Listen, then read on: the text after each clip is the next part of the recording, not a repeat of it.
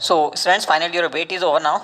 Jamia has started admission process for RC Residential Coaching Academy for IAS. IAS की जो coaching academy है जामिया की, वहाँ पे एडमिशन प्रोसेस स्टार्ट हो चुका है।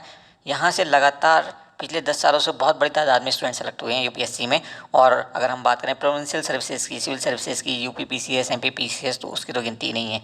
इसके अलावा जुडिशरी सर्विसेज में भी बहुत बड़ी तादाद में स्टूडेंट्स यहाँ से लगातार सेलेक्ट होते रहे, खासकर पिछले 10 सालों में। यहाँ से सेलेक्ट होने वाले स्टूडेंट्स अगर हम बात करें तो लास्ट ईयर लगभग 45 प्लस स्टूडेंट्स यहाँ से सेलेक्ट हुए थे। अगर हम वेटिंग लिस्ट भी कंसिडर कर लें तो वेटिंग लिस्ट में फाइनली 3 या 4 स्टूडेंट सेलेक्ट हो गए थे। और उसके पहले की अगर हम बात करें 2017 में, तो वहाँ पे भी लगभग 50 से ज़्यादा स्टूडेंट्स फाइनली सेलेक्ट हो गए थे यूपीएससी के रिजल्ट में। तो इतना बड़ी तादाद में स्टूडेंट का सेलेक्ट होना ये बताता है कि इससे अच्छा कोचिंग इंस्टीट्यूट हिंदुस्तान में कहीं दूसरा नहीं है। सिर्फ इतना ही नहीं, यहाँ पे आपको इतने अच्छे गाइडेंस और पढ़ाई के साथ साथ स्कॉलरशिप भी मिलती है। कौन कौन यहाँ पे फॉर्म भर सकता है? यहाँ पे कोई भी फीमेल कैंडिडेट फॉर्म भर सकती है, चाहे वो जनरल कैटेगरी की हो, ठीक है। साथ ही साथ माइनॉरिटी कैंडिडेट्स भी, किसी भी माइनॉरिटी को बिलोंग करते हैं, वो भी यहाँ पे अप्लाई कर सकते हैं। तो हम 1 बाय 1 पॉइंट वाइज देख लेते हैं कि क्या क्या इंपॉर्टेंट चीज़ें हैं आपके लिए, क्या क्या एलिजिबिलिटी कंडीशंस हैं, क्या सिलेबस है, क्या एग्जामिनेशन पैटर्न है, एट्सेट्रा एट्सेट्रा, सो दैट आप फॉर्म भर सकें और इंश्योर कर सकें अपनी एलिजिबिलिटी, साथ ही साथ कॉन्फिडेंस के साथ तैयारी भी कर सकें। सबसे पहले आप देख लीजिए, ये है इंपॉर्टेंट डेट्स। 25 अप्रैल से ये प्रोसेस स्टार्ट हो चुका है ऑलरेडी, और यहाँ पे वेबसाइट का एड्रेस भी दिया हुआ है, जिस वेबसाइट पे जाकर के आप ये सारी कंडीशंस, ये नोटिफिकेशन देख सकते हैं, साथ ही साथ अप्लाई भी कर सकते हैं।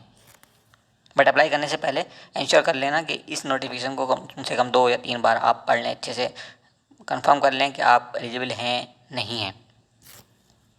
और लास्ट डेट की अगर हम बात करें तो ये है 15 जून संडे, ठीक है। इसके बाद हम बात कर लेते हैं कुछ जनरल गाइडलाइंस की।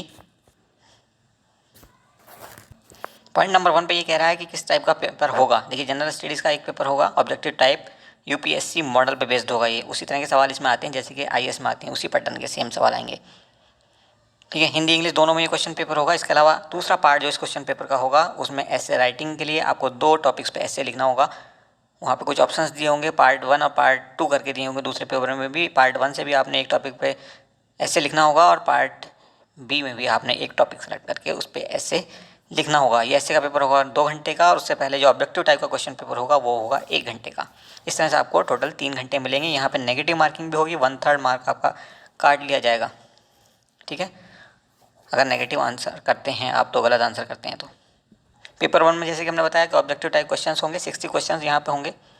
हर एक क्वेश्चन 1 मार्क का होगा, यानी कि 60 मार्क्स का ये पेपर होगा आपका। और ऐसे का क्वेश्चन पेपर भी आपका 60 मार्क्स का होगा, 30 मार्क्स का एक एक ऐसे आएगा, 2 ऐसे आपने लिखने होंगे। तो टोटल इस तरह से आपके 120 मार्क्स हो जाएंगे। इसके अलावा आपका 30 नंबर का होगा इंटरव्यू। टोटल 150 मार्क्स में आपको इवेलुएट किया जाएगा।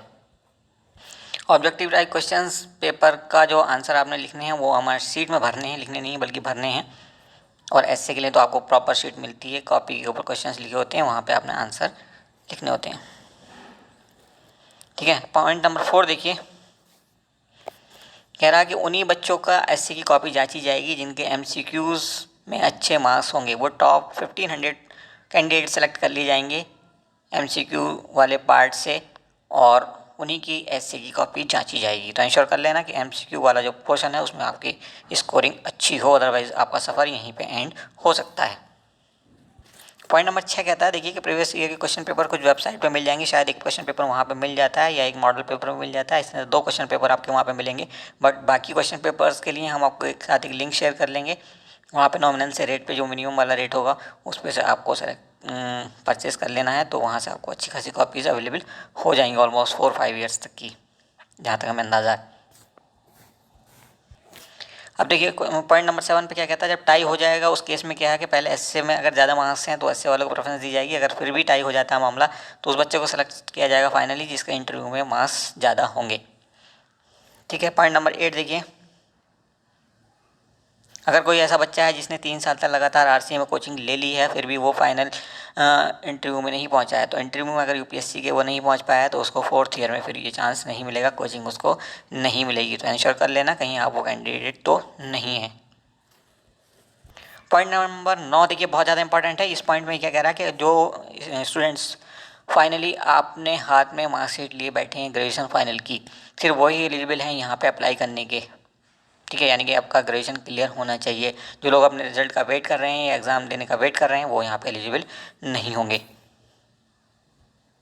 पॉइंट नंबर 10 एक और इंपॉर्टेंट पॉइंट है। यहाँ कहता है कि 10% सीट जो है वो रिजर्व होंगी उन कैंडिडेट्स के लिए जिनकी एज बहुत कम है, लेस देन 24 ईयर्स जिनकी एज है उनके लिए। तो जो बच्चे भी 24 ईयर्स से कम की एज के हैं उनके लिए बहुत अच्छा चांस है, उनको एक तरह से रिजर्वेशन है यहाँ पे। पॉइंट नंबर 12 में बता रहा है कि कोचिंग किस किस चीज़ के लिए मिलेगी। सब चीज़ों के लिए कोचिंग यहाँ पे मिलती है। फाइनली यहाँ पे मॉक इंटरव्यूज़ भी होते हैं जो बच्चे मेंस क्वालिफाई करते हैं उनके लिए। पॉइंट नंबर 13 में ये मॉक इंटरव्यू के बारे में दिया हुआ है। 14 नंबर देखिए, टोटल सीट्स कितनी हैं। टोटल सीट्स हैं आपके 208।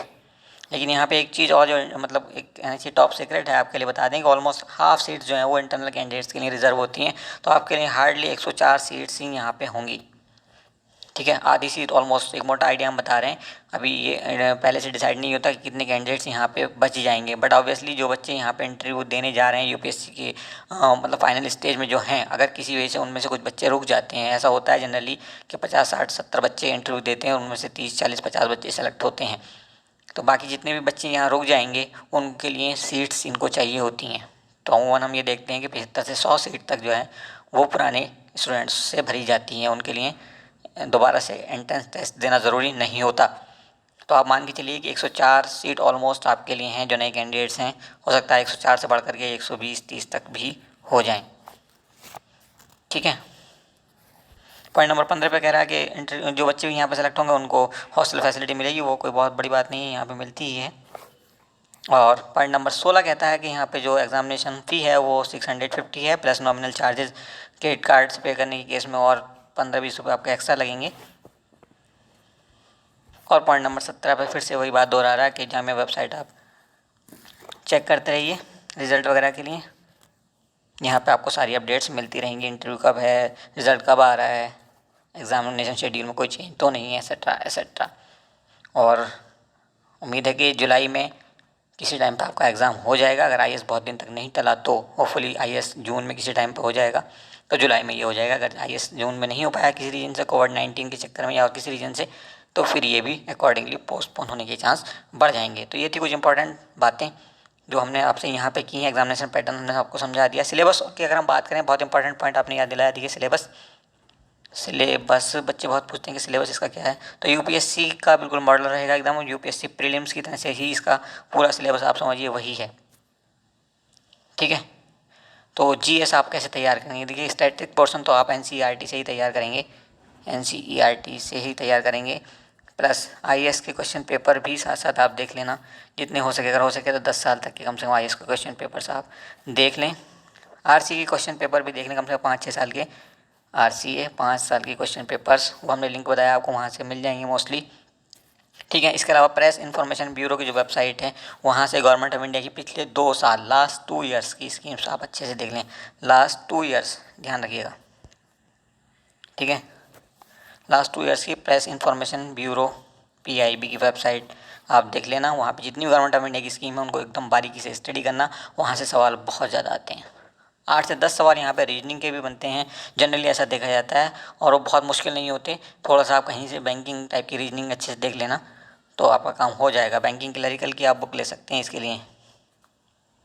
बैंकिंग क्लरिकल किरण पब्लिकेशन की बुक आती है, उससे भी आप चाहें तो स्टडी कर सकते हैं। अगर आप मैथमेटिक्स बैकग्राउंड के बच्चे हैं तब तो शायद आपको ये पढ़ने की ज़रूरत भी नहीं है, बट अगर नॉन मैथमेटिक्स बैकग्राउंड के बच्चे हैं, चाहे वो साइंस के हों या आर्ट्स के, तो फिर आपको थोड़ी सी रीजनिंग देखनी चाहिए, क्योंकि यहाँ पे 8 से 10 सवाल आपके फ्री के होते हैं एकदम सॉलिड। अब अगर हम बात करें करंट अफेयर्स की, तो देखिए करंट अफेयर्स के लिए आपको कम से कम एक मैगजीन जरूर पकड़नी पड़ेगी पिछले 1 साल की। और वो मैगजीन कौन सी हो सकती है, कोई स्टैंडर्ड मैगजीन ही लेना, लाइक विजन आईएएस या फिर दृष्टि की आईएएस की एक मैगजीन आती है, वो आप पढ़ सकते हैं। साथ ही साथ आप 2 न्यूज़पेपर डेली पढ़ेंगे, उनमें से एक हिंदू, द हिंदू ज़रूर होना चाहिए। ठीक है, और जी अब अगर हम बात करें एसए के पेपर की, देखिए ऐसा बड़ा इंपॉर्टेंट है।